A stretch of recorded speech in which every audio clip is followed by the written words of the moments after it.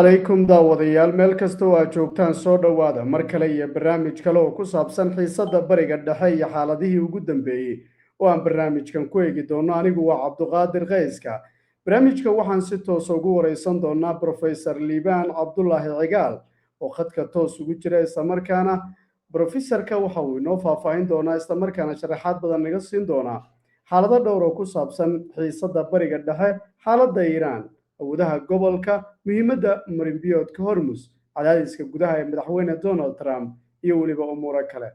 professorka oo khadka toos ugu jira ayaan soo dhaweynayaa Professor Liibaan Cabdullaahi Cigaal Professor soo dhawow wadoo Cigaal adiga iyo daawadayaasha iyo inta dhageysanaysa السلام عليكم ورحمة الله وبركاته. Professor markaad fiirisid anagoo kaaga mahadcelinayna waqtigaaga qiimaha badan markaad eegto xaaladda dalka Iiraan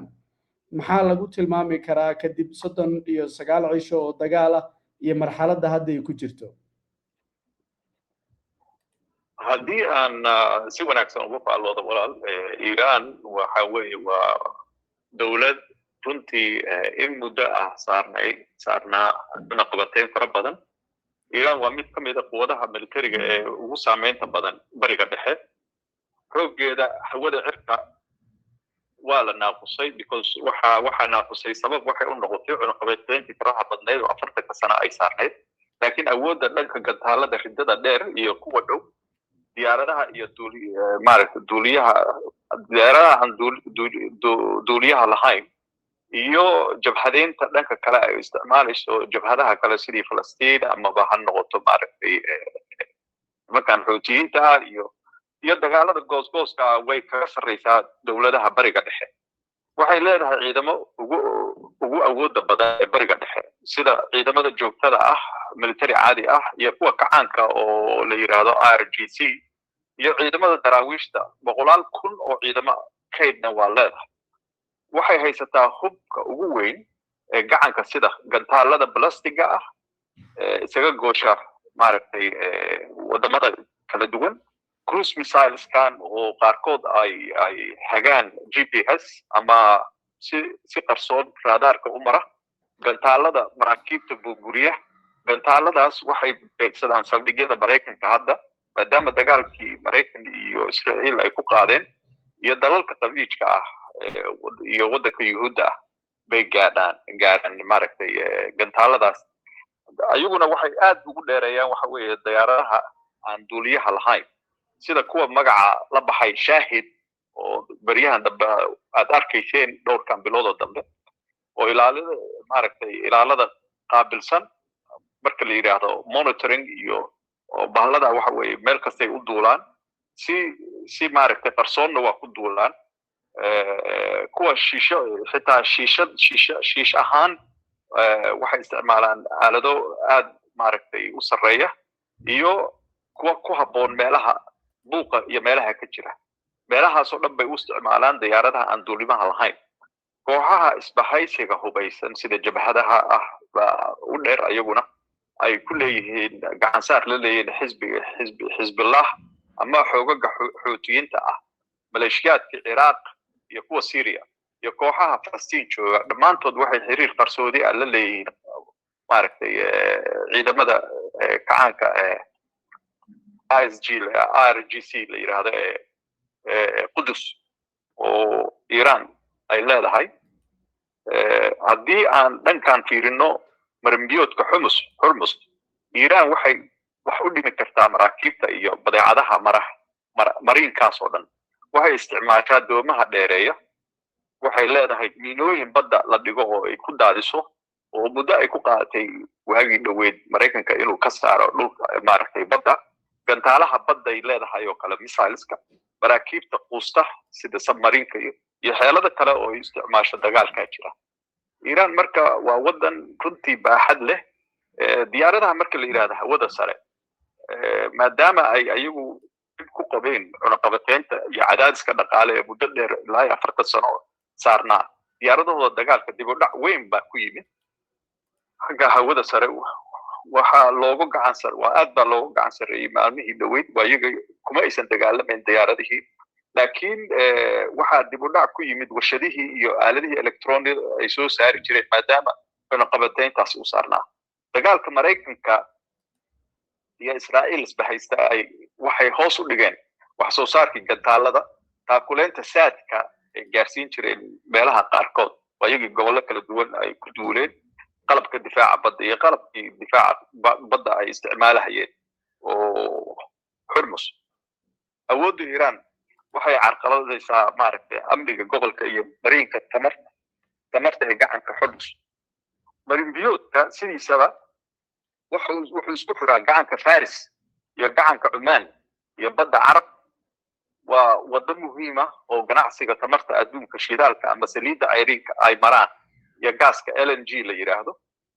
oo maaragtay cayriinka ah waxaa marin biyoodka si qorsheysan ula socda quwadaha militariga ee caalamka sababtoo ah xakameyntiisu waxay saameyn ku leedahay amniga iyo ganacsiga adduunka muhiimadda dhaqaale ay leedahay marka wadamada khaliijka ay dhaawac iyo dhib maaragtay dagaalkiiba u keenay oo dhoofiya saliidda oo maaragtay ayaa si weyn ugu tiirsan marinkaas maaragtay wax soo saarka batroolka iyo sida waxay u dhoofiyaan Asia iyo Europe mar haddii dhibkaas uu dhacay saameynta suuqyada caalamiga uu carqalad ku noqday maraakiibta dhex marta marinka ayuu abuuri karaa kor u kaca maaragtay qiimaha saliidda adduunka iyo xasilooni darrada suuqyada caalamiga ah marinka wuxuu door muhiim ah ka ciyaaraa amniga tamarta caalamiga ah ganacsiga caalamiga ah siyaasadda juqraafiga gobolka runtii aad baa isha loogu hayaa maadaama ay sidaad u aragto maaragtay dhaqaalihii hoos u dhacay sicir barar oo yimid hadda adiga arkahaya Trump wuxuu la kaashinayaa China uu leeyahay la hadla haddii aad la hadli kadaan dagaalada maaragtay xafuran marinka xafuran si dhaqaalaha maaragtay ugu soo laabto ayaguna ay u helaan shidaalka faraha badan hadda wuxuu ku codsanayaa Trump safarkiisaas in China ay ka qaato shidaalka Maraykanka ay qaadato marka Trump run ahaantii ayaa wajahaya cadaadis siyaasadeed dhaqaale iyo mid bulsho oo si kordhinaya maaragtay arrimaha gudaha Maraykanka kaasoo sababaya dagaalka ballaaran ee lala galay Iran cadaadiska ugu weyn ayaa ka imaanaya dhanka Congress-ka maaragtay xildhibaanada labada dhinac ama ha noqdo maaragtay jamhuuriga ama ha noqdo dimuqraadka waxay ku doodayaan in madaxweynaha uusan ballaarin howlgallada militariga ah isagoo oo ogolaansho ka helin Congress-ka walaac fara badan baa halkaa ka yimid waayo waxay rabaan inay xakameeyaan awoodda madaxweynaha maaragtay iyo wuxuu ku leeyahay awooddu ku leeyahay dastuur ahaan inta maaragtay dastuurku uu ogol yahay dagaalka Iran ayaa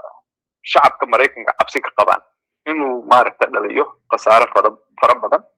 oo la mid ah kuwii Ciraaq iyo Afghanistan oo run ahaan ku daahay dhaqaale xumo dhaqaalahana waxyaabo fara badan sababay kor u kaca qiimaha saliidda abuuro maaragtay sicir barar iyo welwelka laga qabo xasilooni darrada dhaqaalaha dhaqdhaqaaqii siyaasadeed ee Trump sidii Trump dhaqdhaqaaqiisii hore uu ku soo caanbaxay uu ku yimid America First uu leeyahay Maraykan baa marka hore leh muhiimadda ayaa kala qaybsan awooddaasa kala qaybsantay waayo ballantii hore ee kobcinta dhaqaalaha gudaha ayuu ka gaabiyey taasi waxay xiisad ka dhex abuurtay ayatinka xisbiga jamhuuriga ah haddii aan usoo laabto xagga xulufada Maraykanka ee bariga dhexe waxay rabaan damaanad amni oo ka dhan ah Iran si looga fogaado xiisadda gobolka iyo carqaladeynta saliidda caalamiga ah iyo maaragtay marinka Hormuz in ay nabad meesha ku noolaadaan waa iyagii ka qaylinayay maaragtay in Maraykanka uu kala laabto saldhigyadiisa wadamadaas si uu maaragtay dagaalka Iran uga joojiso dagaalkan wuxuu dhaawici karaa dhaqaalaha Maraykanka oo qaybin karaa saldhigga siyaasadeed iyo mowqifkiisa gudaha iyo caalamka intaba marka Maraykanka wuxuu rajaynayaa inuu xaq joojin la gaaro Iran si loo baajiyo dagaalka ballaaran ee gobolka ah iyo ilaalinta saadka tamarta caalamiga ah iyo dib u maaragtay bilaabashada wadaxaajoodka diblomaasiyad ee barnaamijka nuclearka ah. saraakiisha Mareykanka marka ayaa ka cabsi qaba in dagaalada wax u dhimaan wadamada deriska ah oo kordhiyo weerarada ka dhanka ah saldhigyada ciidamada Mareykanka ee bariga dhexe oo waxyeelo u geystaan maaragtay dhaqaalaha caalamiga oo kor u kaca qiimaha saliidda iyo ganacsiga oo hakad galo. marka Iran haddii Iran xadado marka dhaqdhaqaaqeeda nuclearka ileen waxa lagu dagaalamayo waxa weeye waa nuclearkaas inaysan maaragtay ay dhaqan gelin Iran taasoo qayb ka ah in heshiis kasta oo nabadeed wuxuu Mareykanka ballan qaaday inuu ka joojiyo maaragtay cunaqabataynta suurtagalka ah dib u furinta inuu dib u furo wadooyinka ganacsiga iyagu ay la lahaayeen wadamada khaliijka iyo wadamada kale iyo sii deynta hantida Iran la qaboojiyay amaba freezing lagu sameeyay ama maaragtay la saaray cunaqabataynta ilaan dhaqaale fara badan buu ka hayaa Mareykanka tan iyo waagii 40 sano ka hor inuu soo sii daayo dhaqaalahaas kalsooni taasi waxa sababaysa marka wada hadal kasto yimaado oo dhexmara Mareykanka iyo Iran kalsooni darro ayaa jirta qoto dheer oo u dhaxaysa labada dhinac taasi waxay keenaysaa labadii jeer ay isugu tageen meesha la yiraahdo Cumaan ayagoo wada hadal meel fiican u marahayo wasagii Mareykanku dhabar jab ku sameeyay ku riday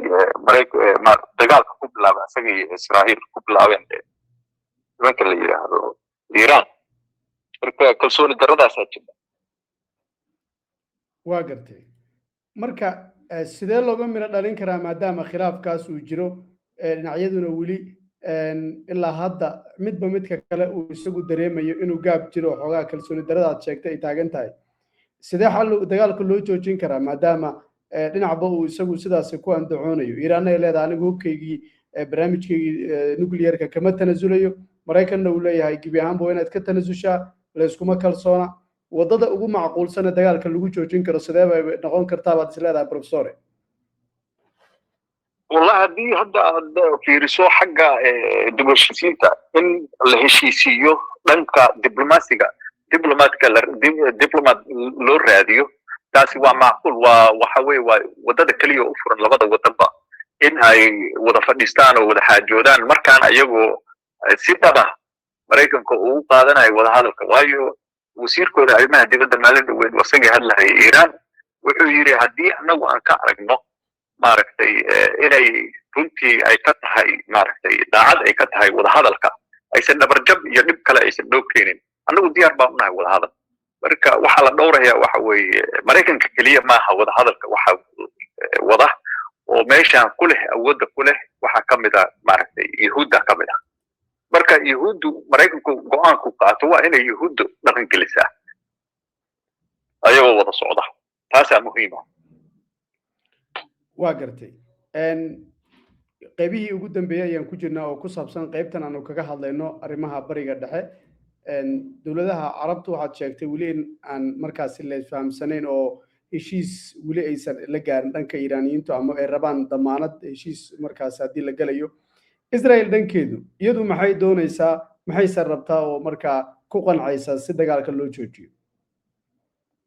إسرائيل وحوي وحيابة بدن بإسرائيل لقبية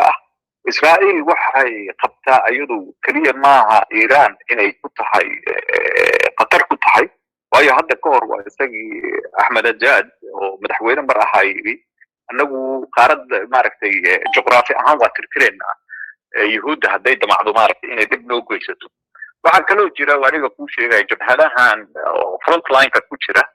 ay isticmaasho awood ay isticmaasho ay tahay sida maaragtay jabhadahan Falastiin oo kale nimanka la yiraahdo Xuutiyiinta oo kale nimanka la yiraahdo Ciraaq iyo Syria oo kale jabhaday ku leeyihiin oo runtii arbusha Iran arbusha Israa'iil taasna way ka gadoodsan tahay waxa kale oo ay fiirinaysaa waxa weeye wadamadan carabta ah qaliijka ku yaala ama carabtaba ah muslimka ah awoodda kaliya ka baqayso oo nuclear power leh waxa weeye waa nimanka la yiraahdo Iran marka saasay marnaba aysan uga tanaasulayn ilaa ay ogaato hubiso oo hoos u dhacdo inay nuclearkaas ka tanaasushay nuclearkuna waa labo midna waxa weeye waa hubka waa kan laga sameeyo loo isticmaalo hubka loo isticmaalo nuclear power midka kalena waxa weeye nuclear power oo ah xagga horumarka ama korontada ha noqoto ama waxyaabaha kale loo isticmaalo horumarka maaragta waddanka loo isticmaalo marka ayagu waxay leeyihiin waa inaad ku koobtaan horumarka waddanka haddii loo baahdo sida tamarta iyo basaas oo kale laakiin aydan u isticmaalin hub ahaan aydan u isticmaalin nuclear taas bay Israa'iil ka dabaqtamaysa aad iyo aad ayaad u mahadsan tahay kaasi waxa uu ahaa Professor Liibaan Cabdullaahi Cigaal oo qadka toos igu waramayay Professor aad baad u mahadsan tahay waa mahadsan tahay Gali Cabduqaadir wadayaal meel kastaan ku markaa joogtaan waxaan idinka codsanaynaa channelka inaad sii share gareysaan muuqaaladeena si ay soo gaaraan markaa warar xiiso leh iyo weliba wararkii ugu dambeeyay falanqeymo iyo weliba waraysiyo xiiso badan mar kale Professorka waan u mahadcelinayaa mahadsanidin idinkuna mahadsan Gali